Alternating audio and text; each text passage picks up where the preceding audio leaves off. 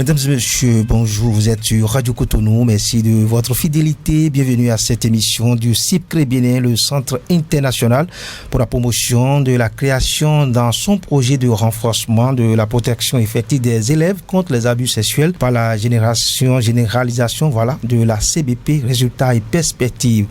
Pour cette émission, nous avons deux invités, Stéphanie Koumarek. Bonjour Stéphanie. Bonjour. Vous êtes la chargée de programme de KIRA, ce programme qu'on va développer dans un instant. Et à ma gauche, nous avons monsieur Siroté Kakessou. Vous êtes le point focal CBP au MAMP des DAMP du littoral. Bonjour monsieur Kakessou. Bonjour monsieur le journaliste. Allez, tout le plaisir est pour nous de vous avoir autour de cette table pour cette émission qui va nous permettre de mettre tout le monde dans ce contexte. L'émission qui a pour objectif d'informer toute la population, bien sûr, et notamment les acteurs éducatifs, dont entre autres ceux du milieu scolaire, des résultats aussi issus de la mise en œuvre du projet 5913 et des perspectives pour la durabilité des actions implémentées. Voilà. Et le contexte, tout de suite, et ça va être sans transition, le contexte national en matière de protection des enfants au Bénin a connu ces dernières années une amélioration due à la diminution des cas de violence, d'abus divers et d'exploitation dans les établissements scolaires, en l'occurrence de 3 000, je veux dire, 45 cas de grossesse en milieu scolaire. En 2017, on est passé à environ à 1157 cas en 2024, une nette diminution. Et ceci est dû, entre autres, au cadre juridique complémentaire et opérationnel dont dispose le Bénin et les nombreuses actions des ONG et autres partenaires au développement et associations. On peut évoquer à juste titre l'initiative par CIPCRE Bénin de la charte de bonnes pratiques pour la protection des élèves contre les abus sexuels, laquelle charte a été instituée par l'État béninois à travers les arrêtés ministériels pris en 2015 pour le sous-secteur de l'enseignement secondaire et en 2016 pour celui du primaire. Grâce à la mise en œuvre du projet ci-dessus évoqué, des changements significatifs ont été notés dans le rang des acteurs scolaires qui prennent conscience de plus en plus de la nécessité d'un environnement protecteur des enfants en général et des filles en particulier. Des résultats ont été obtenus et il importe d'en informer la population en général et les acteurs scolaires en particulier pour plus d'engagement au profit des enfants. Que comprendre de la CBP et de son importance dans la protection des élèves contre les abus sexuels dans les établissements scolaires? Qu'en est-il des résultats obtenus de la mise en œuvre de la généralisation de la CBP? Quelles sont les perspectives pour la durabilité des actions à travers la CBP? Voilà, entre autres, des questions auxquelles nous trouverons de réponses. Pour commencer rapidement avec, je rappelle, ceux qui nous permettent d'être entendus dans nos maisons, c'est bien Blaise Sakla, et à la vidéo, nous avons Job Tikpe. Je vais rapidement donner cette première question. C'est une première question que je vais vous faire rapidement. Qu'est-ce que la charte de bonnes pratiques et surtout son intérêt pour la communauté, à commencer par monsieur Siroté d'abord, parce que là je vais vous permettre de rester dans votre couloir, surtout au ministère des enseignements maternels et primaires dans le département du littoral. Merci monsieur le journaliste, vraiment l'honneur pour moi d'être dans ce studio pour aborder les questions concernant tout ce qui a été fait par rapport à la charte de bonnes pratiques. Par rapport à votre question, je voudrais dire que la charte de bonnes pratiques contre les abus sexuels est un dispositif participatif que l'État a mis en place, sanctionné par arrêté, pour aller contre ces fléaux qui sévissent dans nos écoles. Il s'agit exactement d'une convention locale où 6 parties dans chaque école prennent des engagements pour ce qui concerne chacun par rapport au comportement que chacun doit adopter pour que ce fléau-là soit balayé du revers de la main. Je vais revenir sur ces parties-là. Nous avons les enseignants, nous avons les parents d'élèves, nous avons les élèves, nous avons les vendeuses, les cantinières des écoles, nous avons le directeur, c'est-à-dire le chef de l'administration, nous avons aussi quelques membres du personnel de service C'est-à-dire s'il y a les membres de sécurité, les agents de sécurité de la maison, les gardiens, les consoles, tout le monde, ce monde-là, ils sont impliqués par rapport à la problématique de la charte de bonne pratique. Voilà. Donc tout cela concourt à lutter, se lever comme un seul homme en concert pour bannir ce fléau-là de nos écoles. Allez, je vais me tourner rapidement vers Madame Stéphanie Komarek pour lui demander qu'est-ce qui a motivé le programme KIRA à financer ce projet de Cyprès Bénin dans des établissements et surtout au Bénin. Comme vous l'avez déjà dit, au Bénin, avant, il y avait quand même beaucoup d'abus sexuels dans les établissements scolaires. Est-ce que les filles ne veulent plus y aller et eu trop peur d'aller à l'école?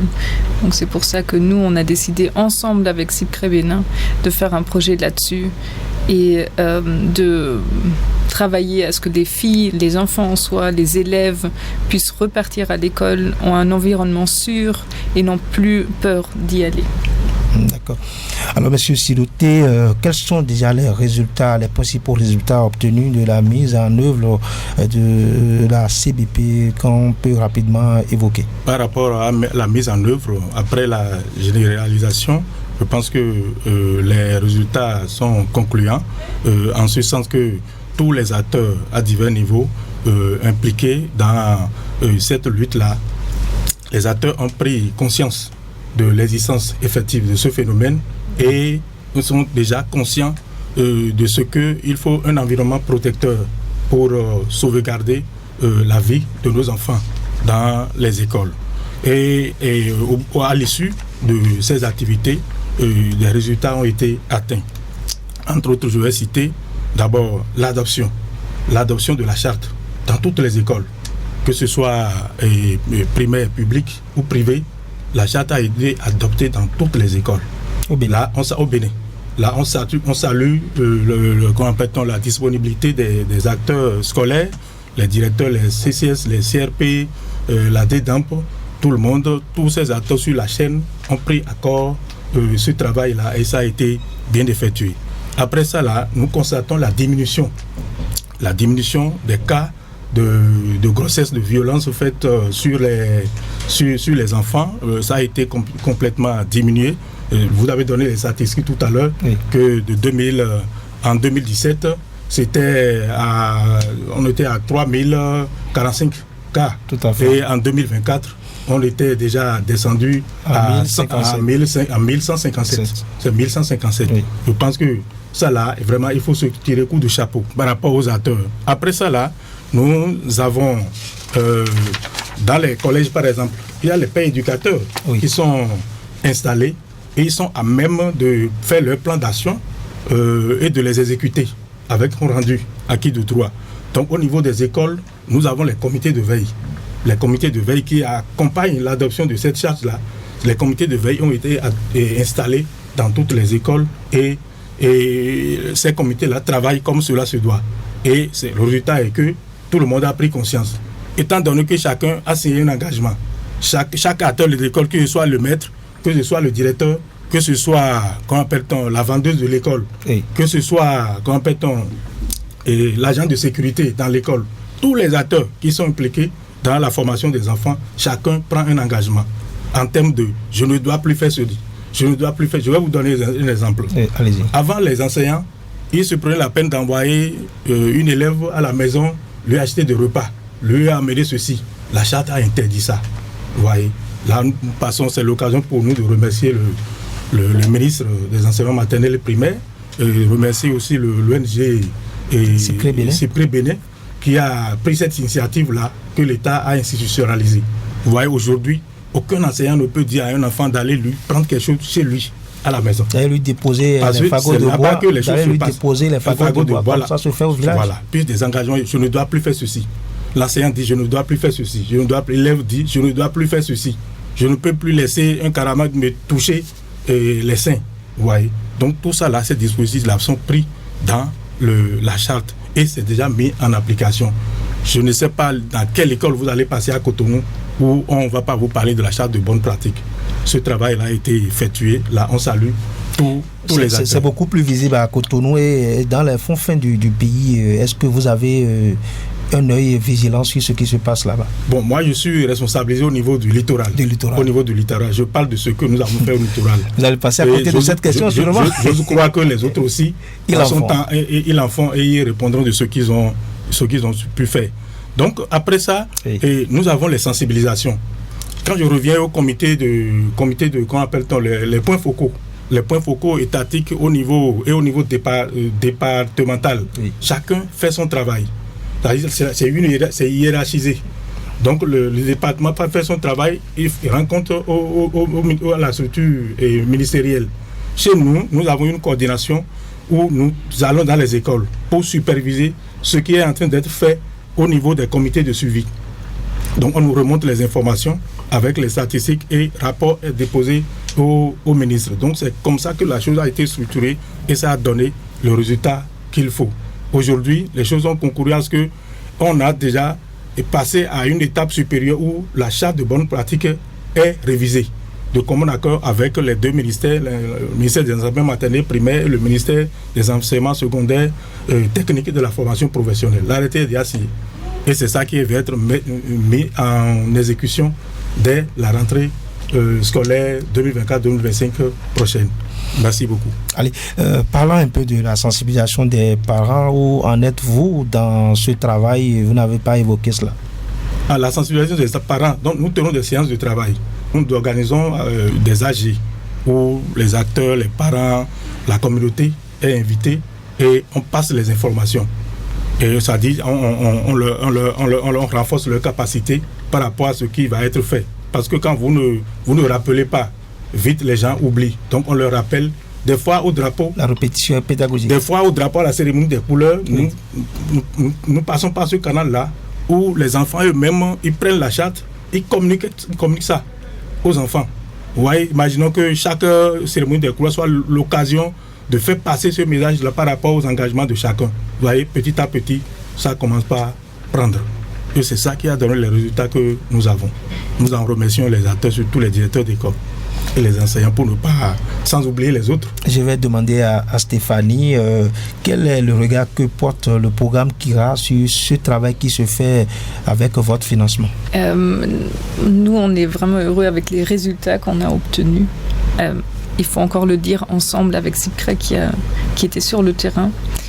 On a vu les résultats, on a vu les filles, les grossesses qui diminuent et tout ça, mais on voit quand même qu'il y a encore beaucoup à faire, que tous les acteurs doivent avoir vraiment une prise de conscience à ce qu'il s'agit à cause de la thématique et tout ça. Mais on est très heureux que aussi l'État commence à se mettre dedans, à voir la sérieuxité et à continuer avec la charte de la bonne pratique. Donc on n'est pas encore au bout du rouleau parce qu'il reste encore à faire. Il va toujours rester encore à faire. Il va toujours y avoir encore des gens qui croient qu'ils peuvent abuser d'enfants ou d'autres. Donc, je crois qu'il faut vraiment rester vigilant. On n'a pas le droit maintenant de s'arrêter. Il faut vraiment qu'on continue. Même si nous, on ne peut pas le faire comme organisation parce qu'à partir d'un certain moment, il faut se retirer. Il faut laisser l'État faire. Il faut laisser les acteurs faire eux-mêmes qui ont maintenant cette conscience. Mais on ne peut pas arrêter. Il ne faut pas arrêter maintenant. D'accord. Je vais dire, pour vous compléter, Sipcré, Bénin et KIRA partagent la même vision, celle d'un monde juste, débarrassé des inégalités et atrocités comme les violences faites aux enfants en Afrique et au Bénin en particulier. Ces résultats viennent pour faire part des efforts que fournissent les deux partenaires et au-delà de l'ensemble des acteurs de la chaîne de protection des enfants pour garantir un environnement protecteur et sécurisé aux enfants. La CBP qui vient d'être révisée par les acteurs avec à la clé la prise de note par les ministres de l'enseignement montrent à suffisance l'intérêt que portent ces acteurs à la lutte contre les violences sexuelles faites contre les enfants au Bénin. KIRA s'en félicite et voudrait que ces résultats ne soient pas un trompe-œil, je veux dire, et qu'ils soient réellement un résultat d'engagement en faveur des enfants vulnérables, vous avez dit récemment. Exactement, mais je veux encore dire une fois, parce que ça m'est très important, c'est pas que KIRA qui se félicite, c'est nous qui félicitons tout le monde, parce que sans le travail de vous, monsieur, des médias, des gens qui travaillent dans les écoles, de l'État, on n'aurait pas pu obtenir ces résultats-là. Donc c'est vraiment un travail de tout le monde qui a participé à ce que les élèves ont vraiment un environnement sûr, mais aussi les élèves eux-mêmes qui ont participé. D'accord. Parce qu'eux, ils vont devenir des adultes et ils vont porter cette conscience, même comme adultes. D'accord.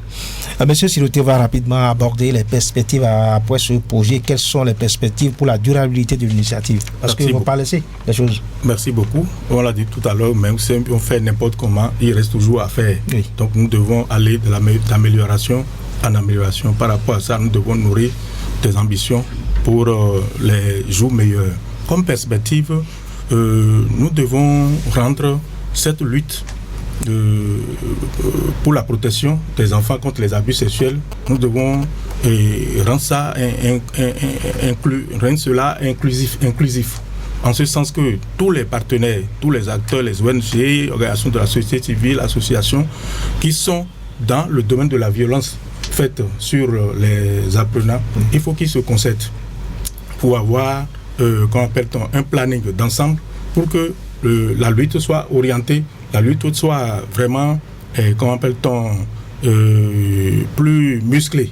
C'est-à-dire, en rang dispersé, ça ne donnera pas de résultat, puisque tout le monde agit dans le même domaine, les écoles. Ensemble, on est fort. Il faut qu'on soit ensemble pour faire ce travail-là. En plus de ça, il faut donner un cachet obligatoire et à cette activité-là. Oui. Là, je veux parler des écoles, la direction départementale, les écoles où les directeurs, il faut que les directeurs soient, cette activité soit inscrite dans la charge des directeurs. Je veux en interpeller au sens de compréhension de notre ministère de tutelle pour que cette activité soit inscrite dans les PTA du ministère comme de la DEDAMP pour que les directeurs, les acteurs soient aient les coups de franche pour faire correctement le travail. Parce qu'on dit un homme, une mission, des hommes, des moyens. Voilà. Surtout quand ce n'est pas institutionnalisé. Bon, on n'hésite pas à dire, bon, il n'y a aucun papier qui me protège, je n'ai pas de mission, si je fais ceci, maintenant, si quelque chose m'arrive, maintenant, qu'est-ce qui va? Voilà. Au moins, il faut des garde-fous. Donc, c'est pourquoi je voudrais que l'État puisse quand même faire en sorte que c'est l'activité de la charte de bonne pratique soit inscrite dans le PTA de notre ministère de tutelle. Donc, en dehors de ça, donc, nous devons organiser des renforcements de capacité. Ça, il le faut. Sans ça, là, tout va encore tomber. D'accord. Il faut rendre les acteurs plus aguerris pour donner le meilleur eux-mêmes pour qu'on ait les résultats escomptés. Oui, Madame Stéphanie, que fera le programme KIRA pour pérenniser ou perpétuer cette initiative au Bénin? Malheureusement, KIRA va devoir se retenir avec des nouveaux projets, etc. Donc, c'est maintenant plus à nous de continuer avec ce projet-là. C'est maintenant à l'État, à la société civile, etc., à continuer ce que nous, on a commencé, à ce qu'on a fait pendant 11 ans, je crois déjà.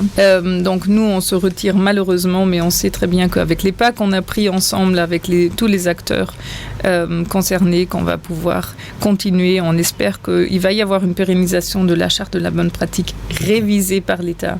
Et comme monsieur a déjà dit, on espère que ça va être mis dans les PTA et que ça ne tombe pas dans l'inconscience. D'accord. Alors, des propositions seront faites au niveau étatique pour assurer le fonctionnement systématique de la CBP et de son comité de veille. Vous avez fait tout ce développement tout à l'heure. Alors, monsieur Siloté, y a-t-il d'autres défis à relever pour une meilleure protection des élèves contre les abus? Ça va être votre mot de la fin. Voilà. Donc, il faut toujours un défi à relever parce que la charte, les prédateurs, ils sont là. Les prédateurs, ceux qui sont dans ce mauvais travail-là pour vraiment orchestrer de violence sur nos apprenants, je pense que nous devons aller de l'avant et sortir des tabous. Parce qu'il y a une situation qu'on appelle-t-on un pesanteur social. Voilà. C'est-à-dire, on dit les affinités, on dit ça là, tel c'est mon parent, c'est mon cousin, je ne vais pas le dénoncer. Donc nous avons vécu ce cas-là. Nous devons défier tout ça là, prendre des dispositions pour que la charte de bonne pratique puisse transcender. Et vous appelez la population à la coopération. La coopération, pour qu'on ne dise pas, tel là c'est mon parent, tel il est proche de moi, je ne vais pas le dénoncer. On doit dénoncer. Quelle que soit la rigueur de la sanction, il faut que les gens, répondent de leurs actes. Et ça doit commencer par la dénonciation, parce que ça fait partie des faiblesses qu'on a constatées, où il y a des cas où personne ne veut dénoncer, on nous cache les informations. Donc ce défi-là, on doit relever cela. Parce que si on ne communique pas, on ne peut pas identifier les faussaires qui sont à l'ombre, qui commettent des actes. D'accord. Voilà. Madame Stéphanie, quel va être les défis à votre niveau avec le programme Kira? C'est vrai que vous venez de dire que d'autres projets viendront. Quels vont être encore les défis pour accompagner cette initiative? La CBP révisée a vocation d'être un outil inclusif. Donc il va falloir que l'État mette en place un cadre qui incite tous les OSC concernés à son utilisation, sans oublier les autres initiatives de protection de l'enfant. Tout ceci est dans la synergie effective d'action. D'accord. Merci à vous, merci également à vous, mesdames et messieurs, depuis vos maisons. Cette émission consacrée au projet de renforcement de la protection effective des élèves contre les abus sexuels par la généralisation de la CBP. Résultats et perspectives s'achèvent ici avec nos deux invités qui ont répondu présents à notre appel ce matin. Madame Stéphanie Komarek, elle est la chargée de programme de Kira, et Sinoté Kakesou, point focal CBP, aux membres à la direction départementale des enseignements maternels et primaires du littoral. Merci à vous, mesdames et messieurs, et à très bientôt.